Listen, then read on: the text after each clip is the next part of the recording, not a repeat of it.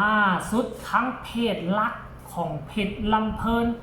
ขึ้นป้ายใหญ่ให้เกียรติน้องธิดาลาวในหับเซินวันปิดฤดูกาลโอ้โหงานนี้ FC ธิดาลาวเห็นถึงขั้นไปกดไลค์กดแชร์แสดงความยินดีกับลูกสาวธิดาลาวสวัสดี FC แฟนคลับมาพบมาพ่อกันช่วงค่อยคำยามแรงบ่คิดบ่ฝันว่าน้องธิดาลาวจะได้รับเกียรติอีกแล้วทานผู้ชมได้รับเกียรติแล้วก็เชิดสู้เกียรติเป็นวงเดียวเป็นวงหมอลำวงทำอิฐเนาะที่ให้เกียรติยกย่อปอปั้นน้องธิดาลาวขนาดนี้ซึ่งวงอื่นเขาเจ้าบ่ได้เฮ็ดแบบนี้ได้อันนี้คือการรับเชิญแบบเต็มตนแบบเต็มตัวฝีไม้ลายมือการที่ไปยืนอยู่บนเวทีของวงเพชรลำเพลินพ่อแม่กะคงจะได้หู้ข่าวและกะคงจะได้เห็นเป็นที่ประจักษ์ตาเหี้ยมห้อยแล้วล่ะว่าฝีไม้ลายมือน้องธิดาลาวเป็นแนวใดมีความพึงพอใจขนาดใดระหว่างเจ้าของวงเพชรลำเพลินและ FC แฟนคลับค่อยเชื่อว่าหลายคนมีความพึงพอใจและค่อยเชื่อว่าหลายคนดีอกดีใจเพราะว่าหยังเพราะเซิร์นน้องธิดาลาวไปยืนอยู่บนเวทีข้างใดข้างนั่นคือเวทีนี่เกือบแมนวงของน้องธิดาลาวเลยก็คือทั้งเพชรลำเพลินปล่อยเวลาให้น้องธิดาลาวเต็มพิกัดบ่มีญาติซิงเวลากันสคริปต์บ่คือกับวงดังๆวงอื่นไหนต้องมีเวลาจำกัดน้องธิดาลาวห้องแต่เพลง2เพลงเลยฮีบลงแต่นี่เขาปล่อยให้น้องธิดาลาวจัดเต็มเลย4หน้า5เพลงมีเวลาปบปะแฟนๆโอ้ลมแลกเปลี่ยนบทเรียนนำกันซึ่งมันถึกอกถึกใจ FC แฟนคลับทั้งลาวและไทยผู้ที่ติดตามน้องธิดาลาวนั่นเองเนาะมันหายากอีหลีได้ท่านผู้ชมมันหายากอีหลีขั้นท่าว่าเจ้าบ่แม่นศิลปินที่โด่งดังคับฟ้าแท้เนาะเขาก็บ่อยากให้เจ้าไปยืนอยู่บนเวทีเขาเจ้าหลายป่านนั้นเขาเจ้าจะมีเวลาจำกัดฮีบห้องแล้วก็ฮีบลงแต่ขั้นกระแสเจ้าดีหน้าตาซื่อเสียงเจ้ามีในสื่อสังคมออนไลน์เขาก็อยากจะให้เจ้ายืนอยู่บนเวทีมันโดนแน่จักหน่อยนึงเพราะว่าอย่างยืนอยู่โดนเจ้ากะกระแสวงเขามันก็จะดีจะดังขึ้นไปแต่วงเพชรลำเพลินนี่เขาเจ้าเพิ่งพอใจเขาเจ้ามีดวงชะตาตรงกับธิดาลาวเนาะที่เอาธิดาลาวมาอยู่ใกล้แล้วก็คือว่าเป็นการสร้างสีสันให้ทั้งวงและน้องธิดาลาวกะมีเวทีใหญ่ให้ยืนซึ่งมันเป็นภาพบรรยากาศมันหาได้ยากอีหลีอีหล่อท่านผู้ชมเนาะก่อนหน้านี้พวกเขาก็เคลื่อนไหวแล้วล่ะเห็นพ่อผู้เคลื่อนไหวเห็นน้องธิดาลาวเคลื่อนไหวเห็นพ่อผู้เคลื่อนไหวแล้วเจบ่ลาวก็ไปเฮ็ดคลิปทำข่าวเนี่ยล่าสุดนี่เห็นบอกขึ้นป้ายแล้วเสี่ยวให้พวกเจ้าเบิ่งนี่ขึ้นป้ายนี่เห็นบอกขึ้นป้ายตีคู่กันกับนางเอกดังประจำวงตีคู่กันกับลูกสาวหัวหน้าวงเลยทุกคนเนี่ยนี่นะนี่อันนี้แม่พรพิรดี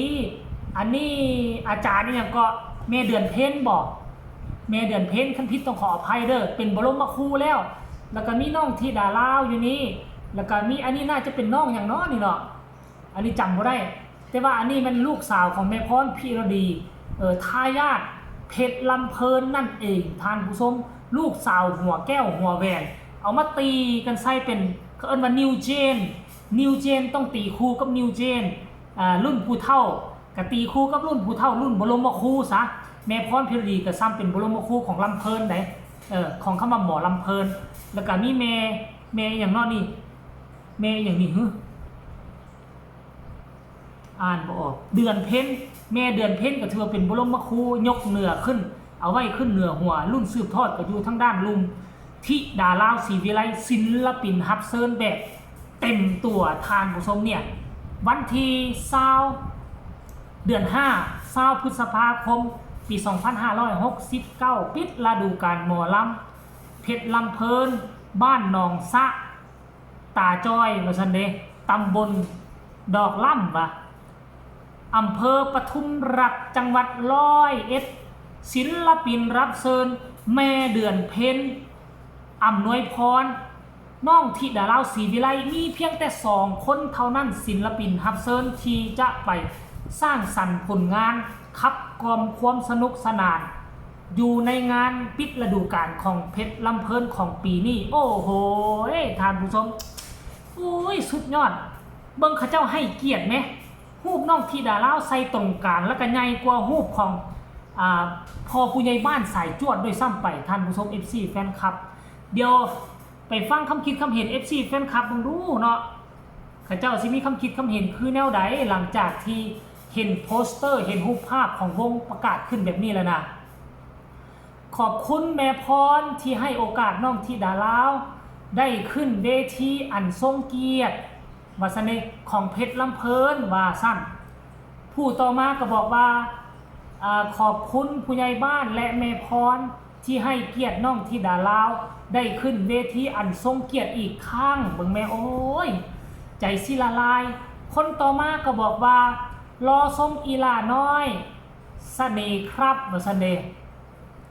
ผู้นี้บอกว่ารอเข้ากลุ่มปิดแล้วว่าสั้นผู้ต่อมาก็บอกว่า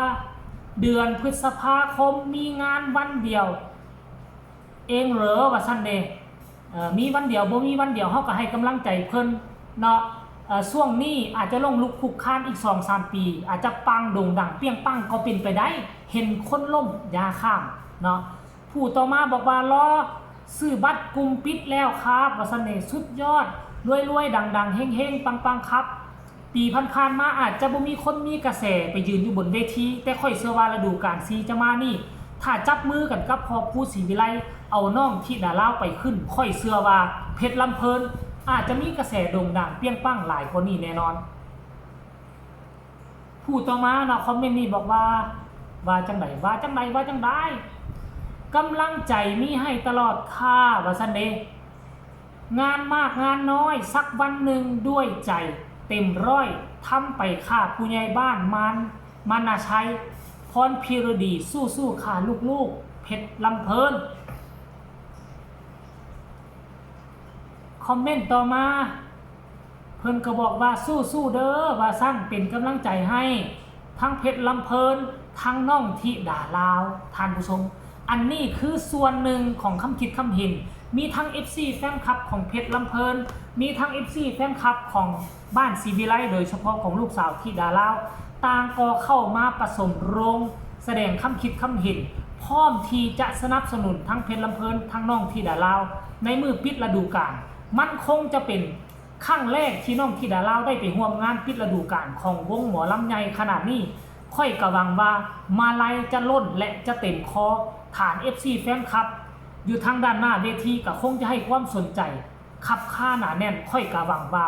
มันเป็นแบบสั้นนะก็ขอความเมตตากรุณานำ FC เพชรลำเพลิน FC น้องธิดาลาวให้กดไลค์กดแชร์กดติดตามโดยเฉพาะอย่ากดข้ามโฆษณาช่องนี้เอาไว้ใครมีคำตำหนิติชมคำคิดคำเห็นส่งข่าวโอ้ล้มกันได้ทางใต้คอมเมนต์สำหรับคลิปนี้ลาทานผู้ชมไปก่อนสบายดี